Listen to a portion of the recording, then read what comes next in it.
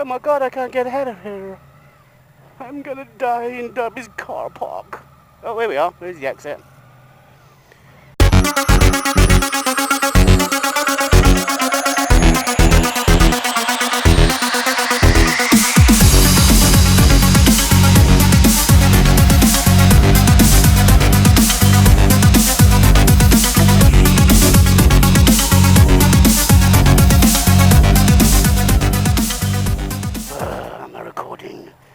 I am recording.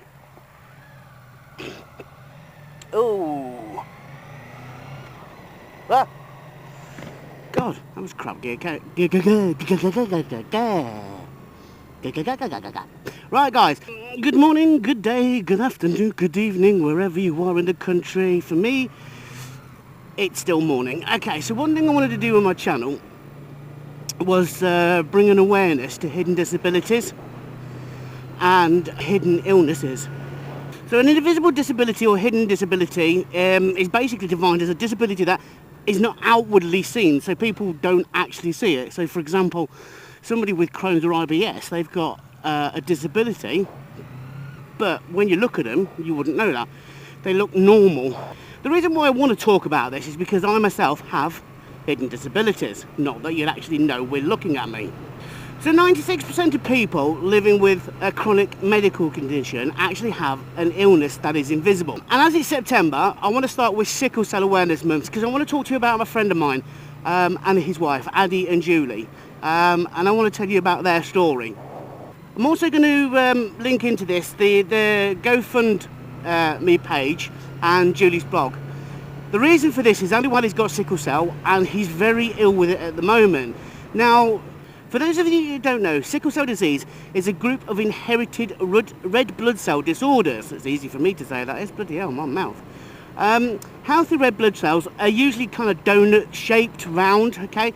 But in somebody with sickle cell disease, they're actually kind of C-shaped, like the farmer's tool, which is called a sickle.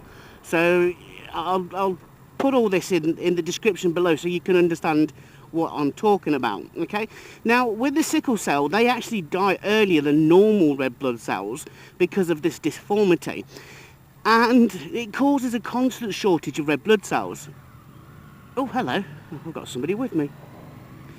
And a purple Triumph. Also, when they travel around the actual vascular system, they actually get stuck in smaller vessels and they clog them up, which can cause organ failure and extreme pain. Addy's and Julie's story actually starts on the 21st of January 2015 when Addy had his first ischemic stroke. So oxygen supply was cut off to his brain caused by the sickle cell blockage. This was a shock for both of them and this marked a significant turning point in Addy's condition.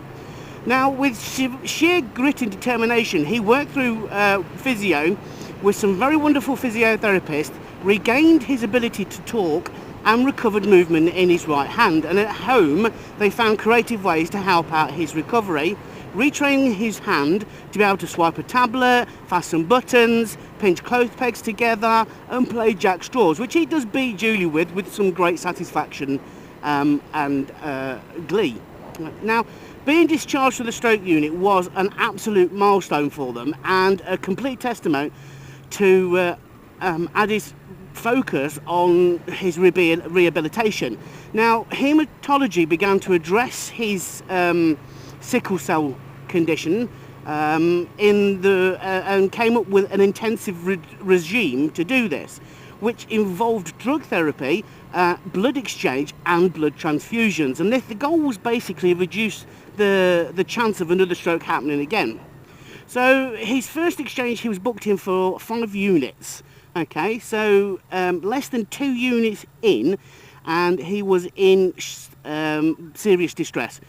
His body went into shock and he started fitting violently and shaking. Now, obviously the crash team was called and they seemed to appear from nowhere and the exchange was abandoned immediately. But obviously, while all this was going on, Julie just could do nothing other than stand there in utter shock, and pretty much everything went in slow motion. Now, the unexpected reaction led to another week in hospital, and this was a huge blow so soon after his discharge from the stroke unit. And with blood exchange deemed too risky, and the drug he was put on in the hopes of actually reducing the strokes, or reducing the transfusion, failed because he developed an allergy to it within a week. Adewale was put on a grueling regime of weekly blood transfusions. Now, this is quite painful for somebody without what's called a port. Basically, obviously, they're having to use your veins in your arms, and after a while, these veins began to collapse, and this, it just got worse over time. He was still months away from getting a port inserted into his regular jugular vein. Now, in October 2015, the local consultant suggested that they meet with a specialist in London to find out about stem cell transplant. Other than the medical condition, other than the medical criteria being met, they soon discovered that the operation was actually subject to NHS funding. It's stem cell transplant for sickle cell adults is not currently funded by the NHS in the UK. So they actually have to put in what's called an individual funding request form. It is required so that the NHS can pay the hospital who will be doing the operation. Now, the independent funding request was submitted with a robust clinical case, and basically they just began the process then of waiting. And while they was waiting, they was getting hopeful, but then the decision came in, and it wasn't the news they wanted. The actual screening panel, which reviews the cases before it goes to the committee, had actually outrightly denied the application, based in the panel's opinion that the clinician's report did not demonstrate Adewale to be an exceptional case. And basically they were saying that other options were available to him. Now, all these other options had actually been exhausted, and the reasons had already been explained in the clinician's report. It felt as though the report had not been read properly, and that Adewale's life had a price tag on it, and the NHS England, for them, it was just too high. It was just too high a price. So Adewale suffered a stroke in April 2016, just days before their wedding anniversary. The clinician resent the form in, marked it clinical for urgent review, and this time it was actually passed through to the committee, and their hopes were raised again, only to be dashed once more. The committee said no, stating that Adewale's sickle cell condition did not meet the criteria for stem cell treatment. They appealed to the NHS England decision, and the appeals panel upheld the original decision. They sent in a complaint which is actually still at this moment unanswered. Now, meanwhile, Adewale is very sick. He is very sick with this. He is still undergoing immense amount of treatment and blood transfusions on a regular basis. Now, 4 leading consultants in the UK in the sickle cell field have all agreed that it's not only is Adewale in critical condition, he also needs a viable stem cell transplant, and that's the only option that is available to him.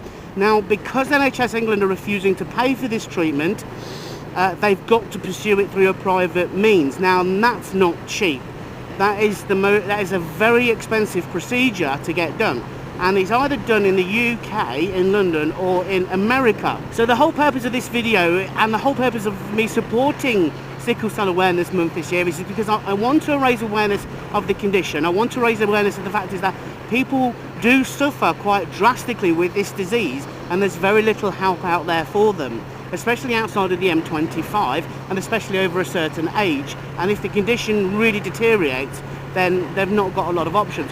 So we want to raise some money for Adewale so that he can have his treatment. We are intending to do this on a regular basis every year, and hopefully next year we'll be looking at running one of our first motorcycle charity events with a ride out. We're going to be having a dinner and dance on the 31st of October. So if you guys, anybody that's in the UK that wants to come, let me know, and I will give you details of when that's going to be. And yours truly here is actually going to be the DJ, so you'll get to meet me as well. I will link all the necessary pages, the GoFundMe page, Julie's blog and everything. I just wanted some information about sickle cell in the links below. Please share this video to as many people as you like. Please go and have a look at Adewale's page. Give whatever you can. It doesn't have to be a great amount, it's whatever you can give. the more we can actually raise, the better it is. And then once Adewale's had his treatment, we will continue to fundraise and then use that for other people that need similar treatment. So guys, thank you very much for listening to this vlog. Give it a thumbs up if you like it. Please leave your comments down below in the comment section. Don't forget to subscribe. You can tweet me at Nige-Rider. You can also stalk me on Instagram, and you can follow me on Facebook as well. All those links are in the description below. Thank you very much for listening. You've been great. Please help me support this good cause, and please let's help Adewale get the necessary treatment he needs. Thank you very much.